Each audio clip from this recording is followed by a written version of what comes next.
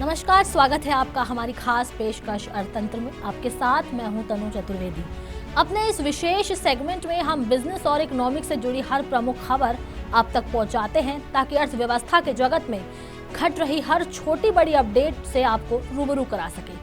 तो चलिए बिना किसी देरी के शुरू करते हैं अर्थतंत्र।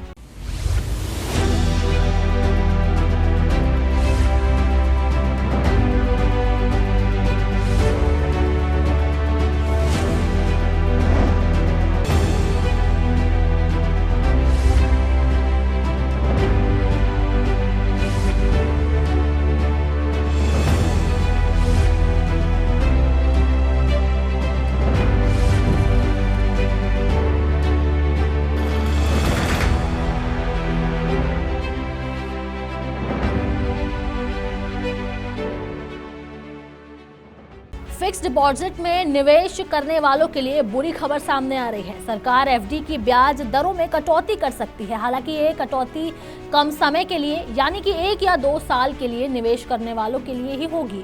लॉन्ग टर्म के लिए निवेश करने वालों का इस पर कोई असर नहीं पड़ेगा। बता दें कि अभी तक काफी निवेशक ऐसे हैं जो शॉर्ट टर्म यानी 1 या 2 साल के लिए ही एफडी कराते हैं।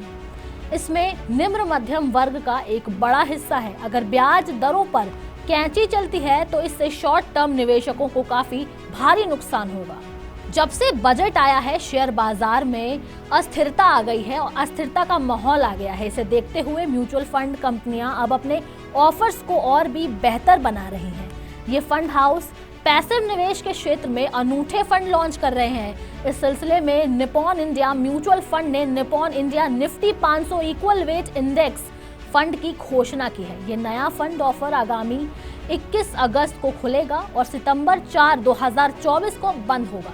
ये निफ्टी 500 यूनिवर्स को कवर करने वाला पहला इक्वल वेट इंडेक्स होगा। इक्वल वेट इंडेक्स स्टॉक बाजार में एक अनूठा अप्रोच दिखाते हैं, जहां सूचकांक में प्रत्येक घटक को कंपनी के बाजार पूंजीकरण की परवाह किए बिना इक्वल वेट दिया जाता है। पॉपुलर कॉफी शॉप स्टारबक्स ने अपने भारतीय मूल के सीईओ लक्ष्मण नरसिम्हन को हटा दिया है। पुणे में जन नरसिम्हन को अपनी कंपनी का सीईओ बने अभी 16 ही महीने हुए थे, लेकिन वो अपनी कंपनी की गिरती सेल को थामने में नाकाम रहे। 2020 के बाद पहली बार कंपनी के रेवेन्यू में लगातार 2 तिमाही में गिरावट आई है। साथ ही चीन में बिक्री में 14% गिरावट आई है। नरसिम्हन के कार्यकाल में कंपनी के मार्केट कैप में 14 अरब डॉलर की गिरावट आई है। साथ ही पिछले 1 साल में कंपनी के स्टोर ट्रैफिक 6% से अधिक गिरावट देखने को मिली है। ये वजह है कि कंपनी ने नरसिम्हन को बाहर कर दिया। उसकी जगह ब्रायन निकोल को सीईओ बना दिया गया है। आपको बता दें कि स्टारबक्स के सीईओ के तौर पर नरसिम्हन किलेरी 146 करोड़ रुपए का मालिक था और स्टारबक्स के सीईओ के तौर पर उन्हें 17.5 मिलियन डॉलर रुपए का पैकेज भी ऑफर किया गया था, जिसमें बेसिस सैलरी 1.3 मिलियन डॉलर बताई गई है।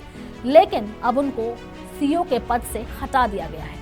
हेल्थ इंश्योरेंस प्रीमियम से जीएसटी हटाने के मुद्दे पर केंद्र और विपक्ष की तानातानी के बीच 9 सितंबर को goods and services tax council की मीटिंग होने जा रही है। ये काउंसिल की 54th मीटिंग होगी। काउंसिल ने अपने एक्स पर एक पोस्ट में इसकी जानकारी दी है। इस बैठक में जीएसटी दरों में बदलाव और टैक्स स्लैब कम करने पर विचार किया जा सकता है। पिछली बैठक 13 जून को हुई थी। उसके बाद वित्त मंत्री निर्मला सीतारमण ने कहा था कि दरों को तर्कसंगत बना दिया गया है। मंत्रियों का समूह अगली बैठक में ये बताएगा कि उनकी किन पहलुओं पर और किन किन दिशाओं पर गौर किया जा सकता है। उन्होंने कहा था कि रिपोर्ट तैयार अगर नहीं हुई तो मंत्री समूह उसका ड्राफ्ट पेश करेगा और काउंसिल रेट रैशनलाइजेशन पर चर्चा शुरू होगी। 9 सितंबर की बैठक में जीएसटी के तहत ड्यूटी इन्वर्जन्स हटाने पर भी विचार किया जा सकता है। और फिलहाल के लिए अर्थतंत्र के इस खास पेशकश में इतना ही। देश और दुनिया की तमाम बड़ी खबरों के लिए देखते रहिए जनहितैषी। नमस्कार।